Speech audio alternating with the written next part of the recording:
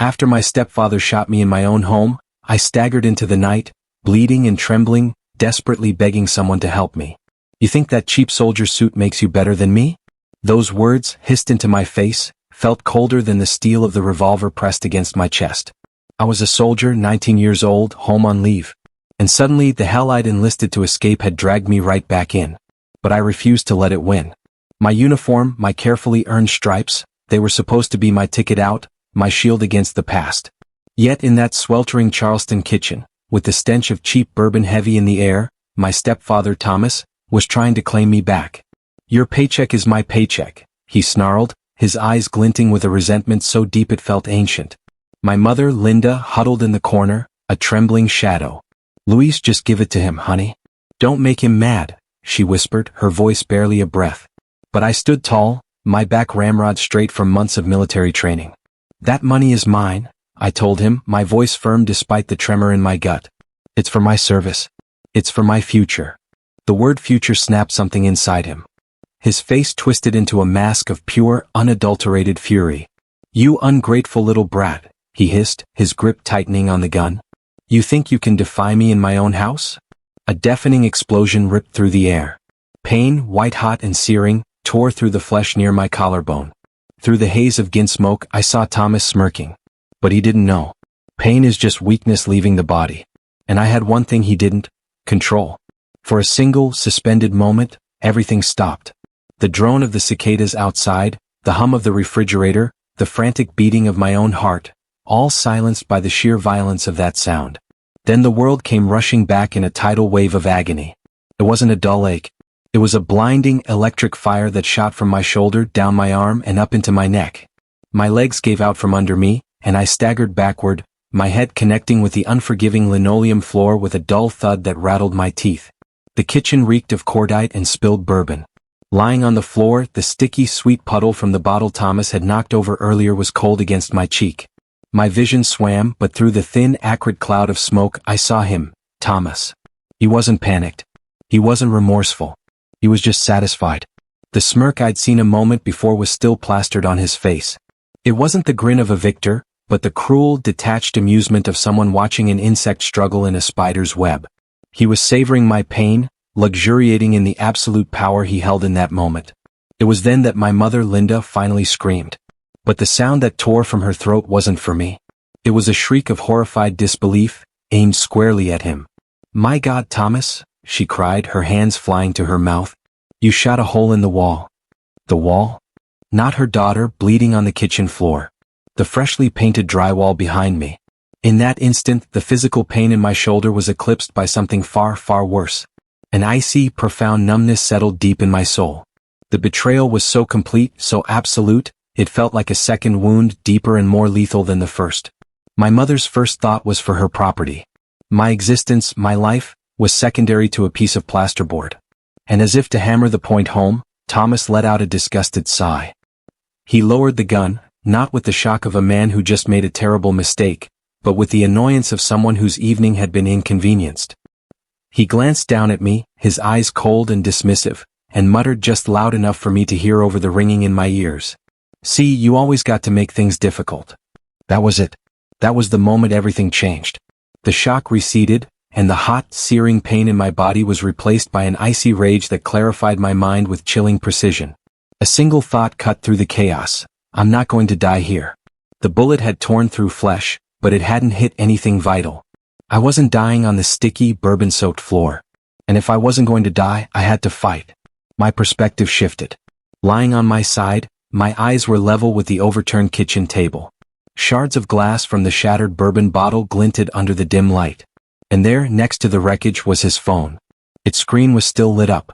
The phone, the one he carried everywhere, a black rectangular tumor attached to his hip, the one he guarded with a complex password and a paranoid fury if anyone even glanced at it. Suddenly, years of buried observations flooded my mind. The hushed late-night phone calls, the way he would abruptly end a conversation if I walked into the room. The sudden influxes of cash after a series of angry whispered arguments into that very device. It wasn't just a phone. It was his weakness. It was his entire shadow life condensed into a single vulnerable object. Thomas was still basking in his moment of dominance, turning his irritation from me to my mother, berating her for her useless screaming. "Shut up, Linda. It's just a scratch," he barked. That was his mistake. He gave me an opening, a 1-second window. Everything I had learned at Fort Jackson, every grueling drill, every shouted lesson from my drill sergeants about seizing the initiative, it all coalesced into a single instinctive command in my brain: act now. Ignoring the fire in my shoulder, I coiled my body, pushing through the pain with a surge of pure, unadulterated will.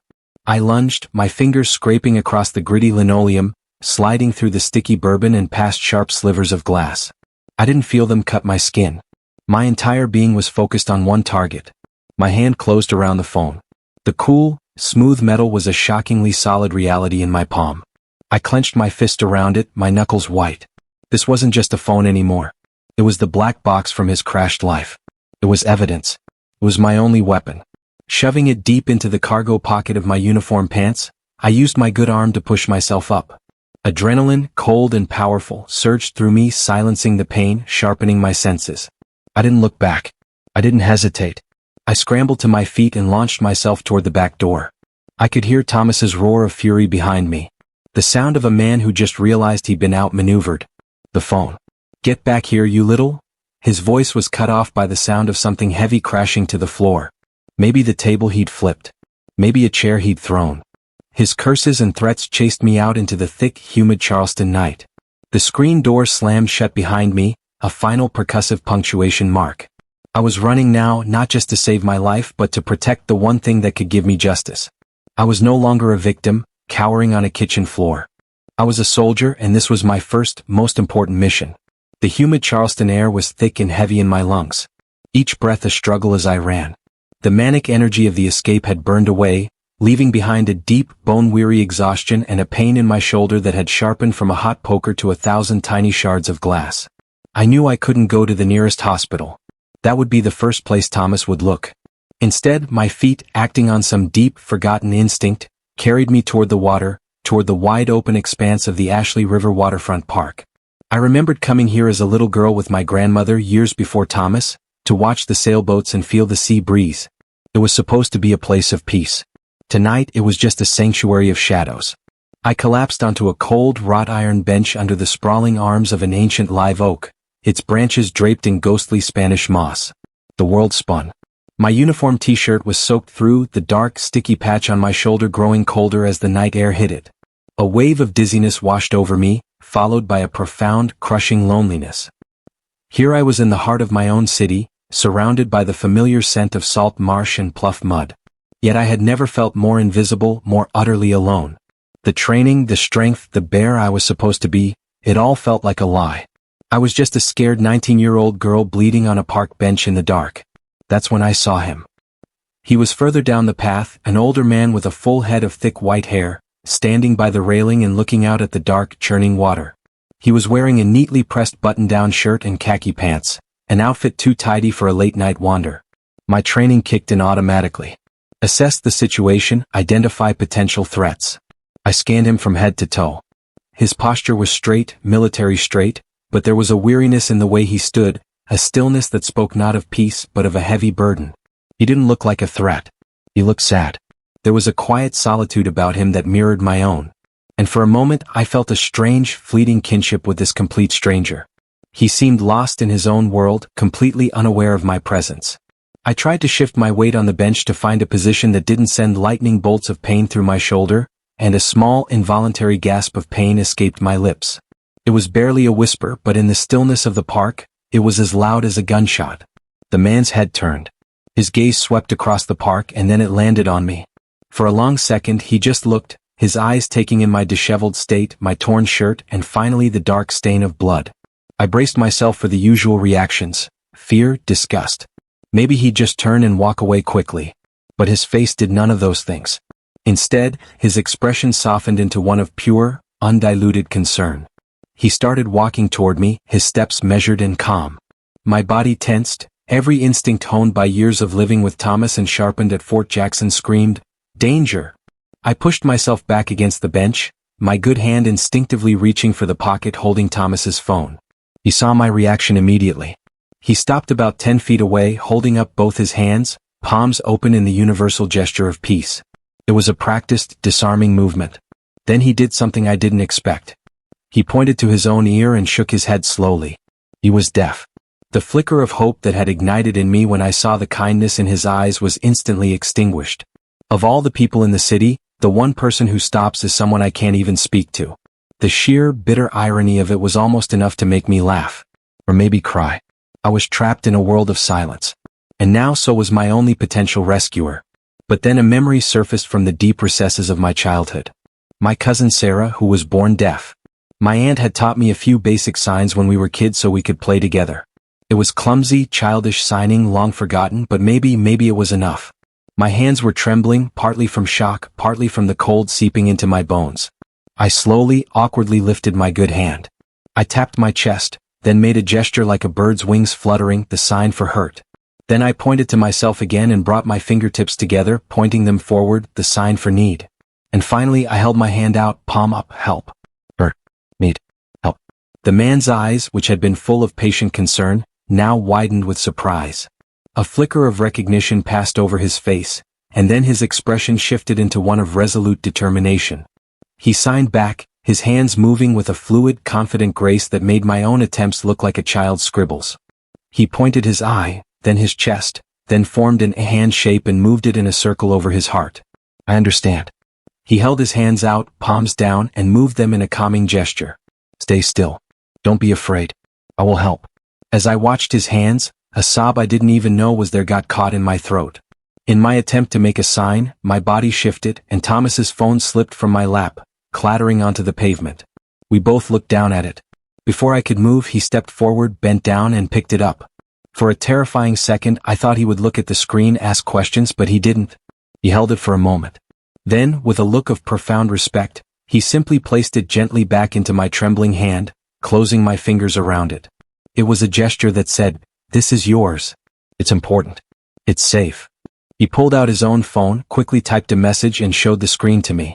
The bright, clean letters glowed in the darkness. Taxi to Roper Hospital. Okay. I just nodded, unable to do anything else. When the taxi's headlights cut through the darkness of the park a few minutes later, he helped me to my feet. He carefully took my uninjured arm, supporting my weight as we walked toward the curb. His hand was rough and calloused, the hand of a man who had seen a lifetime of work or service. But it was also impossibly warm. And as that warmth seeped through my thin sleeve, it was the first moment of genuine, unconditional safety I had felt in that entire horrific night. It was the hand of a stranger, but it felt more like a lifeline. The emergency room at Roper Hospital was a world away from the humid darkness of the park. It was a pocket of sterile, ordered reality. Bright lights, the clean scent of antiseptic, the quiet, rhythmic beep of a heart monitor somewhere down the hall. For the first time in hours, I could finally breathe. A nurse with kind eyes and efficient hands had cleaned and stitched my wound. The bullet had passed clean through the soft tissue, she'd said. A lucky shot. It didn't feel lucky, but as I lay on the gurney, a warm blanket tucked around me, a profound sense of relief washed over me. It was the feeling of a soldier who has finally reached a fortified position after being pinned down by enemy fire. For a moment, just for a moment, I was safe. The man who brought me here, the stranger from the park, had waited patiently in the hallway. When the hospital staff asked for information, he simply presented his ID and an insurance card, handling everything with a quiet authority that commanded respect. He had introduced himself via a small leather-bound notebook he carried, writing in a neat, decisive script, "My name is Robert." He now sat in a chair beside my bed, the same notebook resting on his knee, a silent, steady presence in the chaos of my life. The physical pain in my shoulder had dulled to a persistent throb. But it was the silence, the sheer absence of threat, that felt the most healing. Then I remembered the weight in the cargo pocket of my uniform pants, the reason I was running. I reached down and pulled out Thomas's phone. It felt cold and heavy in my hand. A digital tomb holding a decade of secrets. I held it up for Robert to see. He simply nodded, his expression unreadable but patient. He was a guardian, not an interrogator. The lock screen stared back at me, demanding a password. My heart began to hammer against my ribs. I thought back, sifting through years of unwilling observation, searching for a moment of carelessness on his part. And then a memory surfaced. Thomas, drunk on cheap whiskey, fumbling with his phone one night, bragging to a friend about something he never forgot. His firstborn son, a boy from a marriage long before my mother, who had died of leukemia at the age of 6. My fingers trembled as I typed in the 6 digits. 081496. The phone didn't buzz. It didn't make a sound. It simply unlocked with a soft, satisfying click. And just like that, I had opened the devil's black box. What I found inside was worse than anything I could have imagined. At first, it was what I expected. A long list of text messages with bookies, their language a mix of friendly threats and desperate promises. Messages to loan sharks with ever-increasing interest rates. It was a map of his financial ruin. But as I scrolled deeper, the sickness began to seep through. I found a text exchange with one of his drinking buddies from a few weeks ago. The friend had asked, "Did you sort out that stubborn stepdaughter yet?" My blood ran cold. I watched the three little dots appear as Thomas's reply loaded. Almost. It's going to have to pay for its own existence soon enough. He had called me it. Not a person, not even a problem, but an object. An expense to be dealt with.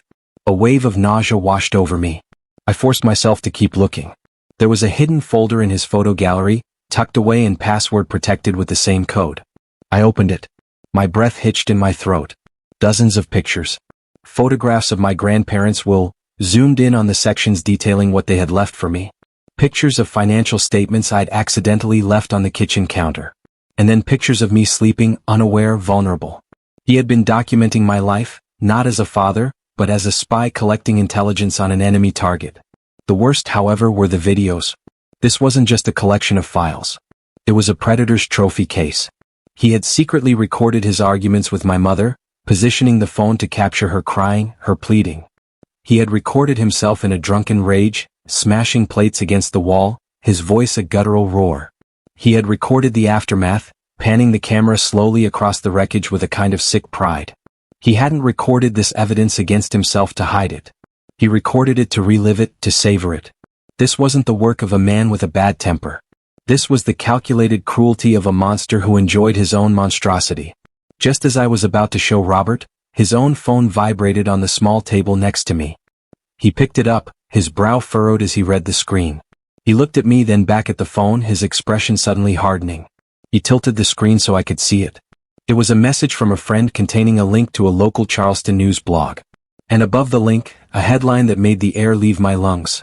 Local Army private on leave attacked stepfather in dispute over money. My world tilted on its axis. He had done it. The monster had already started the war. Thomas had called the police and fed them a perfectly crafted story. A story where I was the aggressor. A story where my military training, my greatest source of pride, was twisted into a weapon. The article mentioned I was being investigated for assault. Quoting an anonymous source who suggested I was suffering from combat-related PTSD. It was a lie so venomous, so brilliant in its cruelty, that it almost paralyzed me. He was trying to destroy my career, my honor, my very identity before I could even fight back.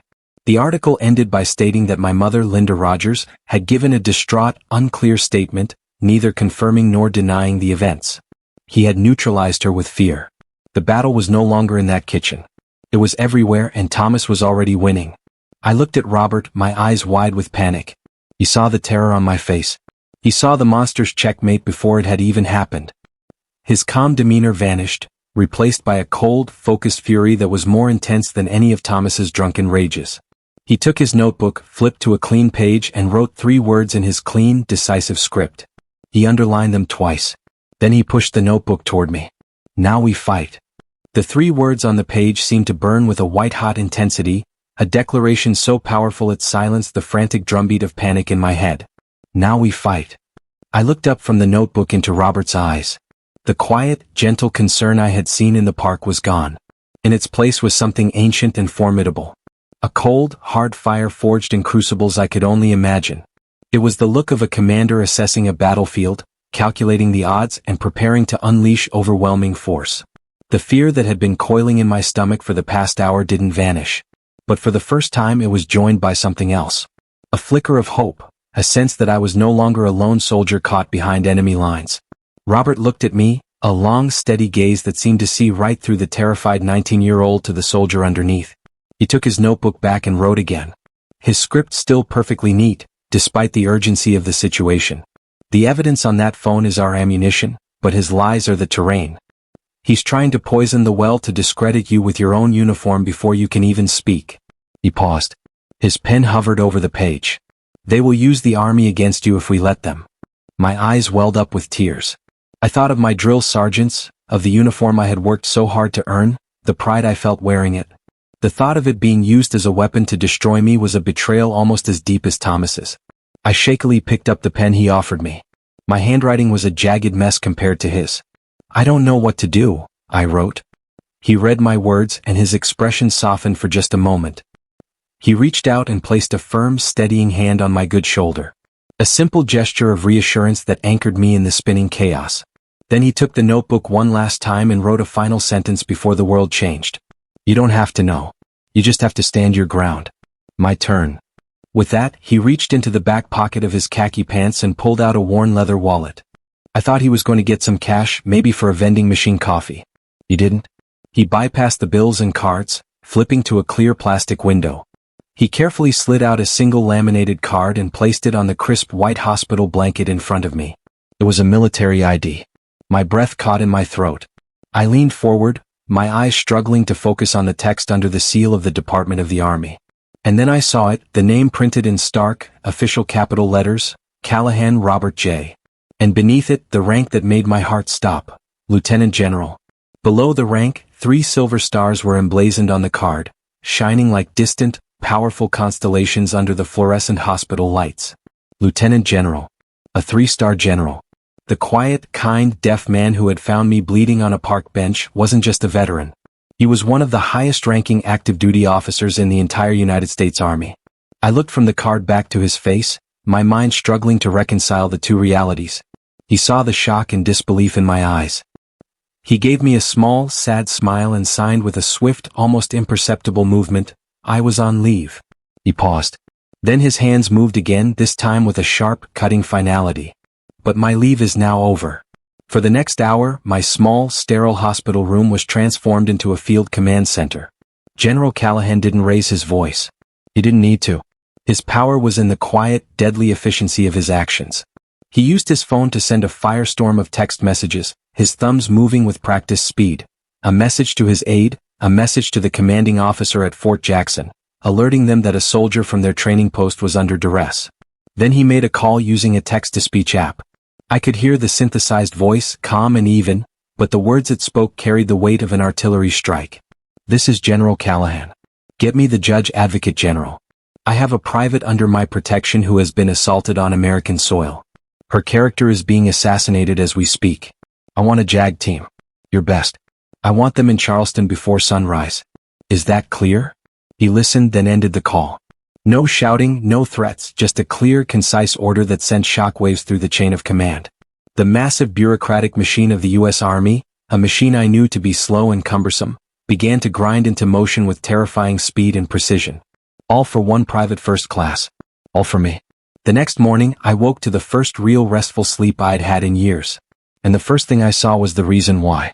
Standing silently outside my hospital room door were 2 figures. They were military police, dressed in their formal Army service uniforms. Their presence a silent, unwavering declaration. They weren't there to investigate me. They were there to guard me. They were a human shield, a physical representation of the general's promise.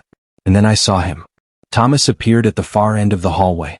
He was holding a cheap bouquet of gas station carnations, a greasy, practiced look of concern on his face.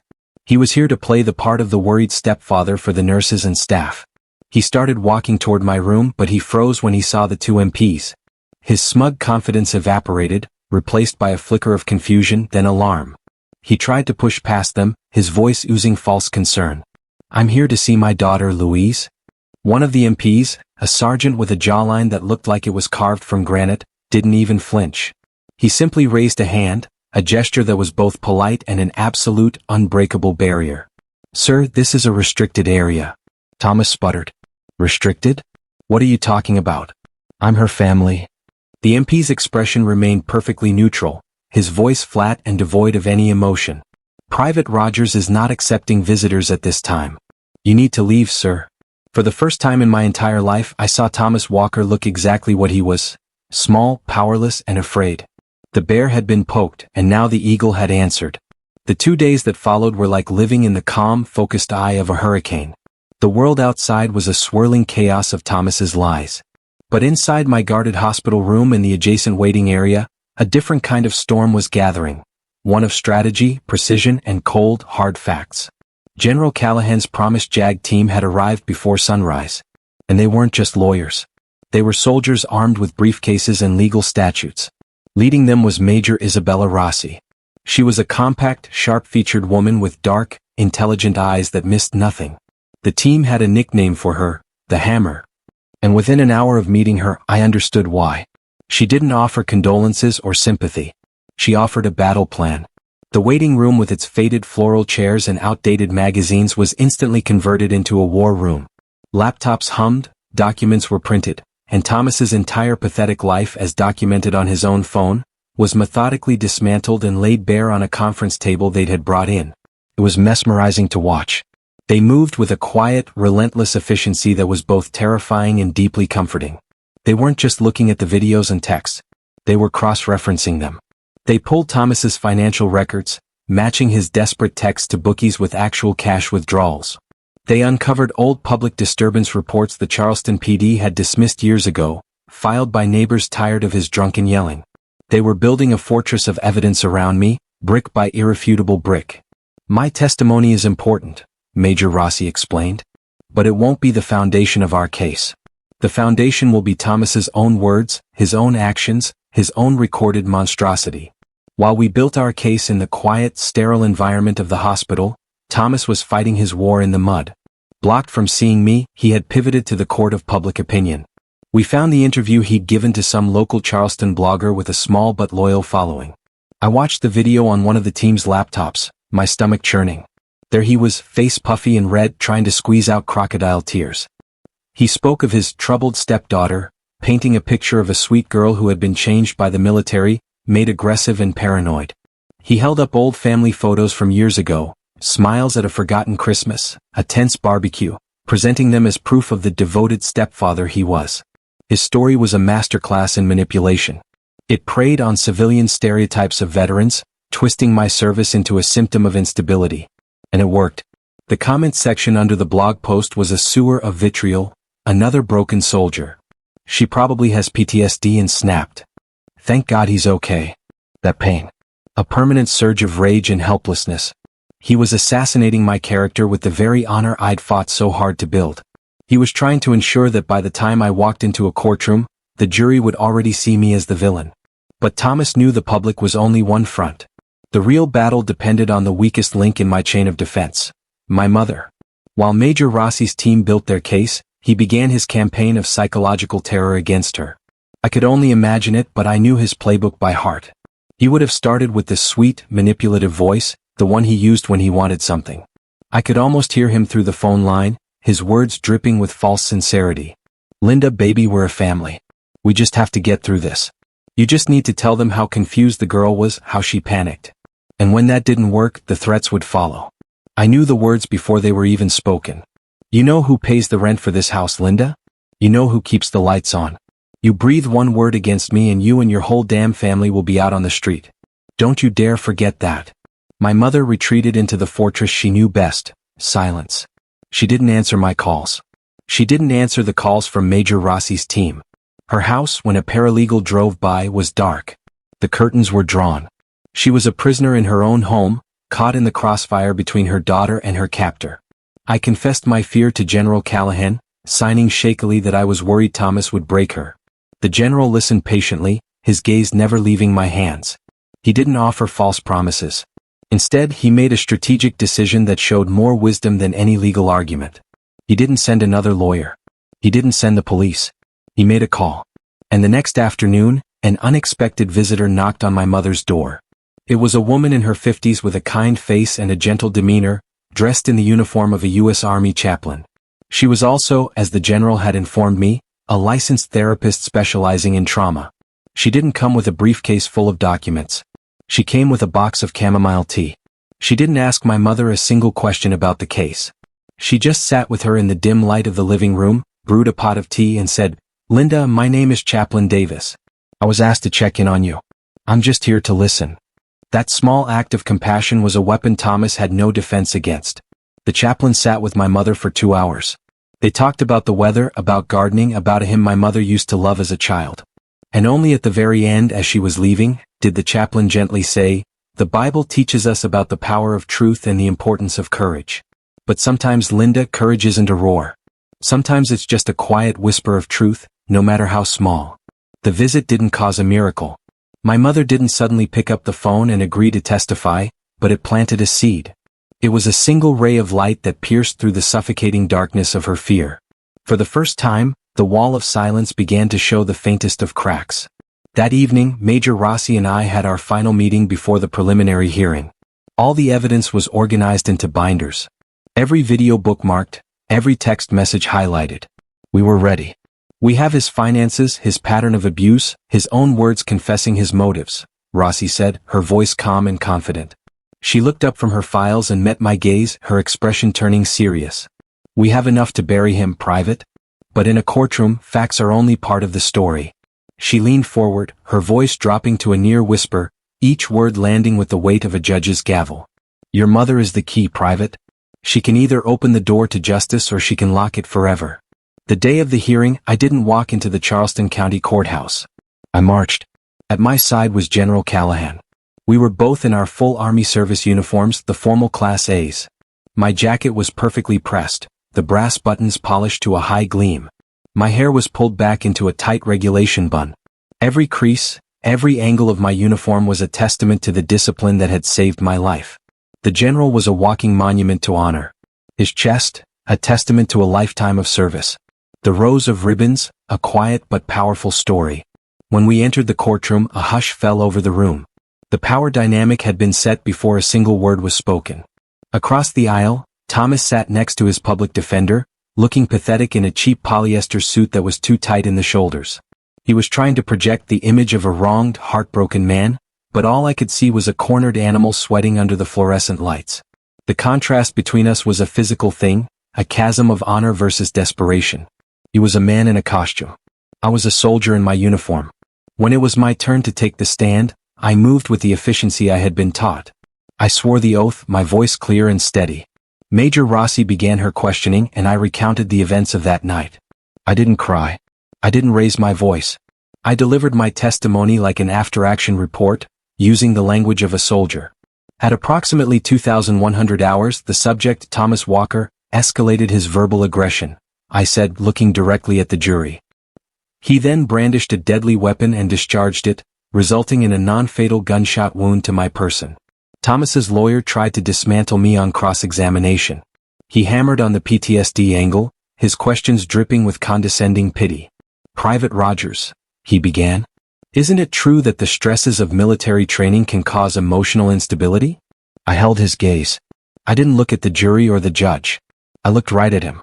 Sir, I said, my voice cutting through the quiet courtroom. I was trained to face the enemy. I was trained to handle pressure and to run towards the sound of gunfire. I was not trained to be shot by my own family in my own kitchen. There is no training manual for that. A murmur went through the courtroom. The lawyer, flustered, had no more questions. Then Major Rossi turned to the judge. Your Honor, the prosecution would now like to present the contents of the defendant's phone. This was the moment the battle turned into a slaughter. Rossi systematically presented the evidence from the devil's black box. The projector screen lit up with Thomas's desperate text to his bookies. Then the sickening photos he'd taken of my grandparents' will. And then the videos. The courtroom was plunged into a dead, horrified silence as the first video played. It was Thomas, his face bloated and red with rage, screaming at my mother, his voice a guttural roar as he hurled a kitchen chair against the wall. The sound of splintering wood and my mother's terrified sobs filled the room. Thomas sat at the defendant's table, his face ashen, a sheen of sweat on his forehead. His lawyer leaped to his feet. Objection, Your Honor. This is irrelevant and prejudicial. The judge, a stern-faced woman who had been watching the proceedings with an unreadable expression, didn't even look at him. She looked at the jury, then at the screen. I believe the jury needs to understand the context for the fear that a key witness has been operating under. Objection overruled. Proceed, Major Rossi. Video after video played. Each one a nail in Thomas's coffin. Each one a testament to the private hell he had created. And finally, the moment of truth arrived. The prosecution calls Linda Walker to the stand. My mother looked like a ghost. She was so frail, so fragile as she made her way to the witness stand. She wouldn't look at me. She wouldn't look at Thomas. Her eyes were fixed on the floor as if the worn pattern of the courthouse linoleum held the answers to the universe. Thomas's lawyer approached her first, his voice gentle and coaxing. "Mrs. Walker," he said softly, "was your daughter agitated that night?" "Yes," my mother whispered, her voice barely audible. "And did she get into a physical struggle with your husband?" he pressed. My mother hesitated. Her hands were trembling, twisting a crumpled tissue into knots. She looked like she was about to break. That's when Major Rossi stood up. She didn't approach the stand. She stood by the prosecution's table, her voice soft but carrying an undeniable weight of authority. "Mrs. Walker," she said not unkindly. "Linda, please look at your daughter." Slowly, hesitantly, my mother lifted her head. Her eyes met mine across the courtroom. I didn't plead with her. I didn't show anger or pain. I just held her gaze, my uniform, a silent testament to the person I had become.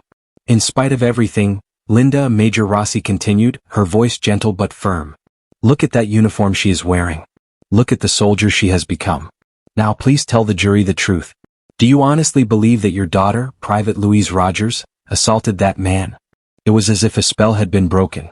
My mother looked at me. Really looked at me. And in that instant, she wasn't Thomas Walker's terrified wife anymore. She was my mother. A dam of fear and silence that had been building for over a decade finally burst. She broke down, her body shaking with gut-wrenching sobs. "No," she cried out, her voice raw with anguish and regret. "No, she didn't do anything. It was him. It was always him. I was so scared. That was it." That was the moment Thomas's mask of sanity and victimhood was utterly incinerated. He couldn't control himself. The monster was unleashed. He shot up from his chair, slamming both hands down on the table with a deafening crack. "You treacherous bitch," he roared. His face a purple mask of pure, undiluted rage. His own words, his own uncontrollable fury, had signed his death warrant. He had exposed the monster for everyone to see. There were gasps from the jury box. The judge's eyes narrowed into slits of cold fury. Two bailiffs were already moving toward him. The stage of truth had claimed its final victim, and it wasn't me. The judge's gavel came down with a sharp crack, a sound of absolute finality that echoed in the suddenly silent courtroom. Thomas Walker was found guilty on all counts: aggravated assault, illegal discharge of a weapon. The sentence was handed down swiftly, 25 years. As the bailiffs moved in, cuffed his hands behind his back, and led him away, I didn't feel the surge of triumphant joy I had expected. There was no elation, no desire to cheer. There was only a profound, bone-deep sense of relief, as if a 2-ton weight I had been carrying on my shoulders my entire life had just been lifted. And then in its place, a vast, echoing emptiness settled in. The monster was gone, but the cage he built around my life was still there, and its door was now swinging open into a future I had no map for. Justice had been served, but it couldn't erase the scars. After the courtroom cleared, I remained in my seat, the polished wood of the gallery bench cool beneath my hands. General Callahan sat beside me in the quiet, a solid, unwavering presence. He didn't offer words or platitudes. He simply reached over and placed a hand on my shoulder.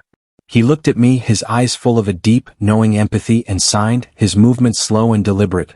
"You did it. You stood your ground." I simply nodded. The first tears of the entire ordeal finally beginning to well in my eyes. They weren't tears of sadness or of joy. They were tears of pure, unadulterated exhaustion. The war was over. A few days later, a text message lit up my phone. It was from my mother. "Can we meet?" My first instinct was to say no, to protect the fragile peace I was just beginning to feel. But I knew I couldn't. We agreed to meet at the old St. Michael's Church downtown, the one with the tall white steeple, the very church where I had once dreamed of singing in the choir before Thomas had locked me in my room. It felt fitting to meet at the scene of a murdered dream to discuss the possibility of a new beginning. She was sitting on the wide marble steps when I arrived, looking smaller and older than I had ever seen her. The years of fear had etched themselves into her face, leaving behind a roadmap of quiet suffering. She didn't offer an apology when I sat down beside her, leaving a careful space between us. There were no easy words for the chasm that separated us. "I've started going to a support group," she said, her voice a thin, fragile whisper, "at the community center." She kept her eyes on her hands, which were twisting a crumpled tissue in her lap. "They told me that fear isn't an excuse but that it's real. The fear is real." I didn't say anything. I just listened. There was no single sentence, No apology that could undo a decade of silence. But her words weren't an excuse. They were a confession, an admission, and for the first time in a long, long time, it felt like a start. In the weeks I spent in Charleston waiting for my official orders to return to my unit at Fort Bragg, I found myself seeking out a different kind of structure. Chaplain Davis, the kind woman who had visited my mother, invited me to a small Bible study group she held on Wednesday nights in the community center. I was hesitant at first, unsure of what I was looking for, but I went. We sat around a simple wooden table, a small group of strangers, and we read. One night, the chaplain shared a verse from Ephesians. Her voice was gentle as she read, "Be kind and compassionate to one another, forgiving each other, just as in Christ, God forgave you." The word forgiving snagged in my mind. How could I forgive? How could I forgive the man who had tried to kill me? The mother who had led him? The years that had been stolen from me? I voiced the question aloud, my voice barely a whisper.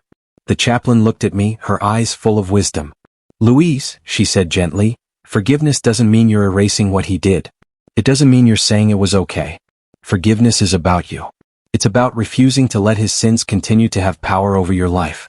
It's about taking the keys to your own prison back from your jailer." Her words settled deep in my soul. I realized she was right. Forgiving Thomas wasn't for him. It was for me. It was the final act of taking control.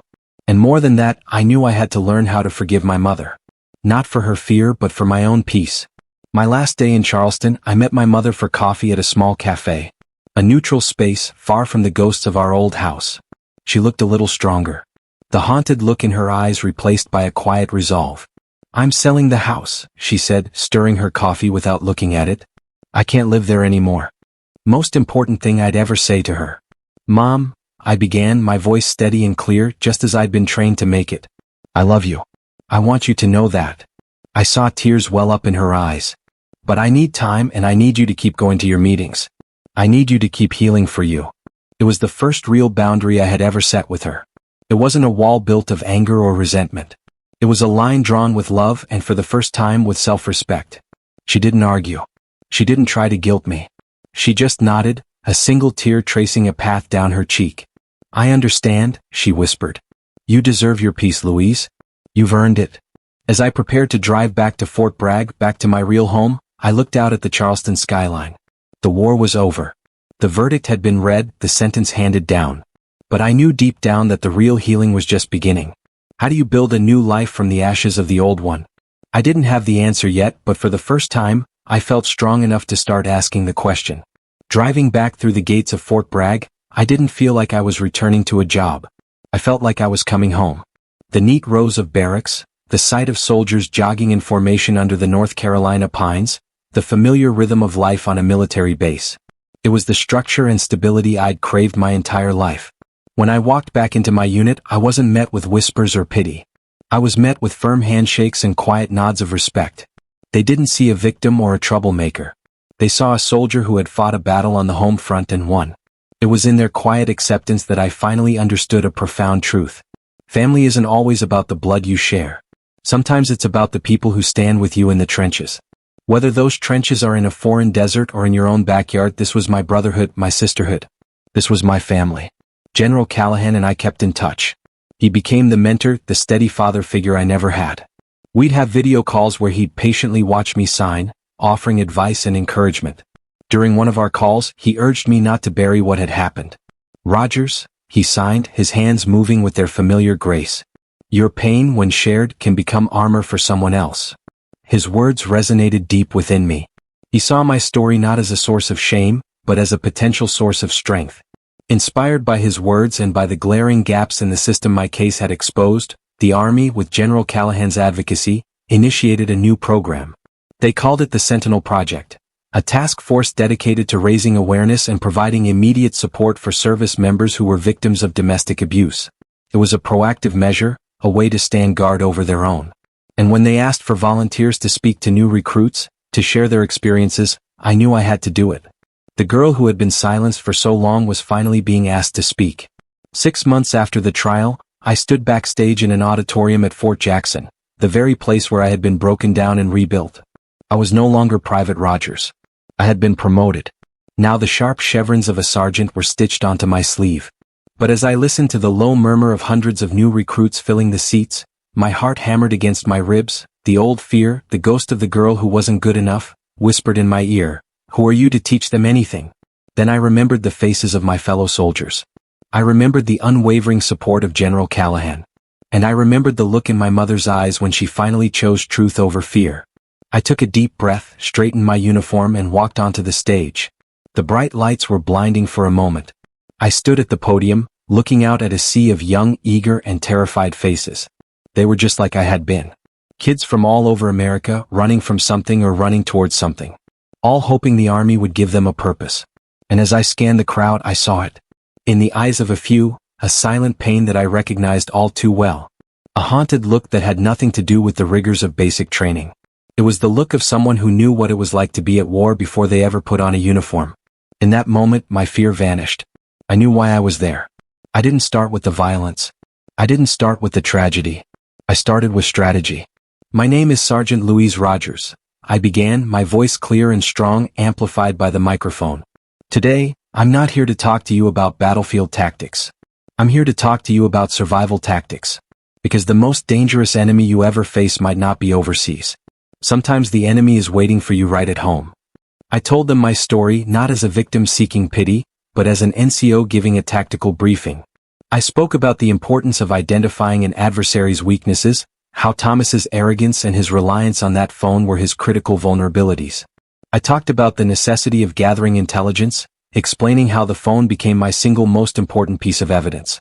I stressed the courage it takes to find your allies, to trust someone outside the chain of command when the chain is broken. Just as I had trusted a kind stranger on a park bench, I was reframing my trauma, turning it into a lesson plan for survival. I was teaching them how to be the bear. As I reached the end of my speech, I looked out over the crowd.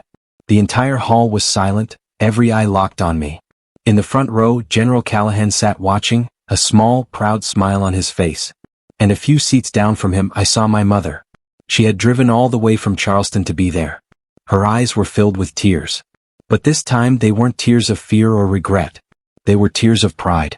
I took a final breath and delivered my closing statement, my voice ringing with a conviction I had earned in fire. "My stepfather used to tell me that the army couldn't make me better than him," I said, my voice resonating with strength. He was wrong. The army didn't make me better than him. It made me myself. It taught me that silence only protects the abuser. Speaking up is what protects the soldier. Your story, every scar, every fear, every moment of survival is your most powerful weapon. Never, ever let anyone take it from you. I finished, and for a heartbeat there was silence. Then a single soldier in the back stood up and started to clap. Then another. And another. Within seconds, the entire auditorium was on its feet. The sound of their applause, a thunderous roar that washed over me, was a wave of validation and acceptance. It was a new dawn, one brighter than any Charleston sunrise. It was a dawn I had made for myself. That's my story. But I know the journey doesn't truly end here. Thank you for listening, for being a witness to my fight.